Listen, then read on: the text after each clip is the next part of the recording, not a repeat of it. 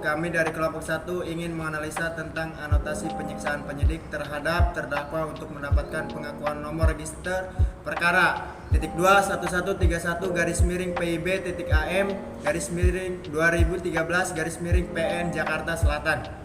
Kronologis kasus menurut penuntut umum berdasarkan dakwaan yang disusun oleh penuntut umum menyatakan bahwa para terdakwa merupakan pelaku atas meninggalnya korban yang bernama Diki Maulana. Mereka dituntut dengan menggunakan pasal 338 junto pasal 35 ayat 1 KUHP.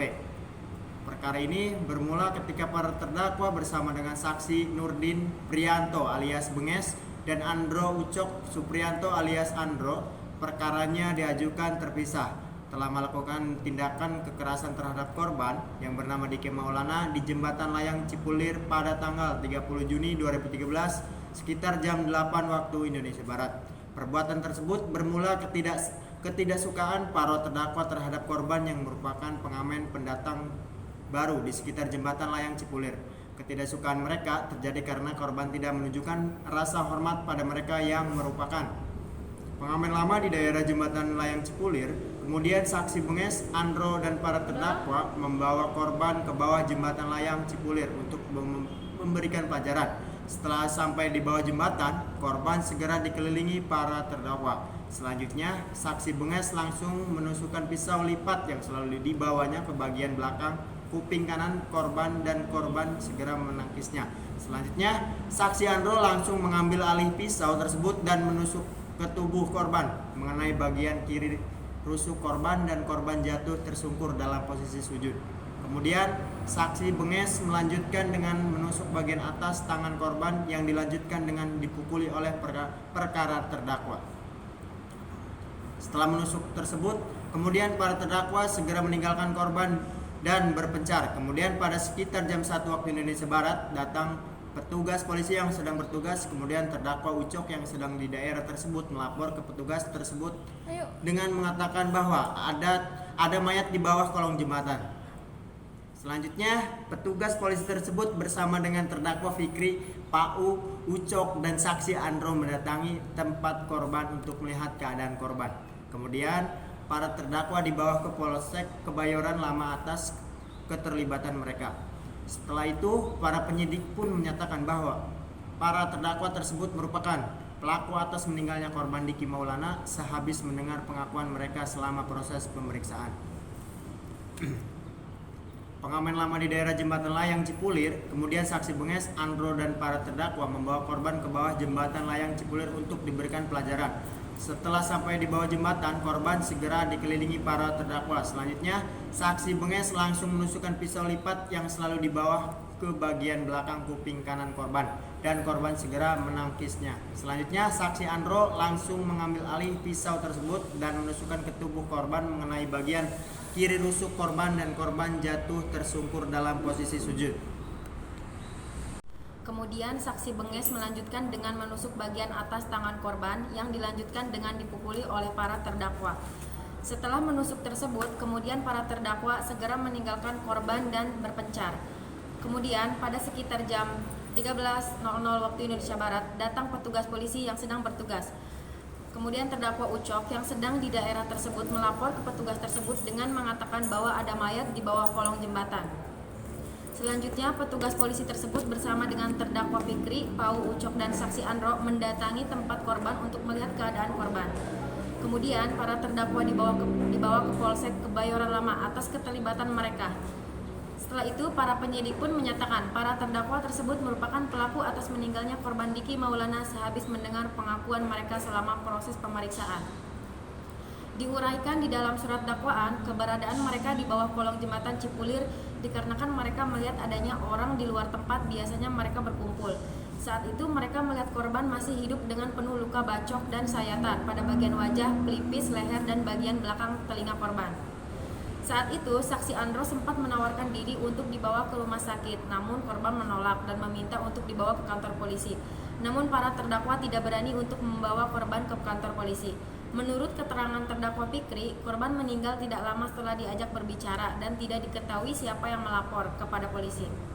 Setelah itu, para terdakwa dibawa ke kantor polisi dan mereka mengalami penyiksaan oleh pihak penyidik dengan cara dipukul, disetrum, dan diminta mengaku telah membunuh korban. Keterangan tersebut juga dapat didapat berdasarkan keterangan saksi 8 lainnya, yaitu saksi Oki Oktavia, saksi Isep Febristanda, dan Rere Septiani yang mendengar para terdakwa serta saksi Nurdin dan saksi Andro sedang disiksa selama proses pemeriksaan.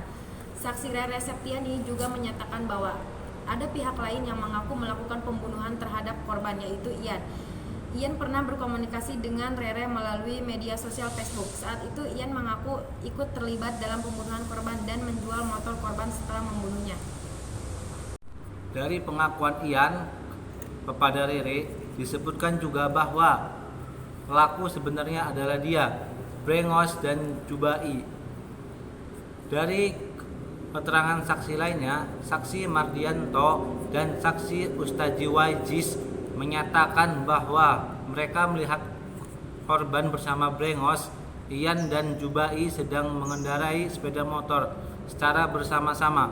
Namun 3 jam setelahnya mereka kembali tanpa adanya korban bersama mereka. Saksi juga melihat bahwa Brengos kembali dalam keadaan terluka, di mana berdasarkan pengakuan Brengos, dia terluka karena menangkis golok saat mereka mengalami perkelahian.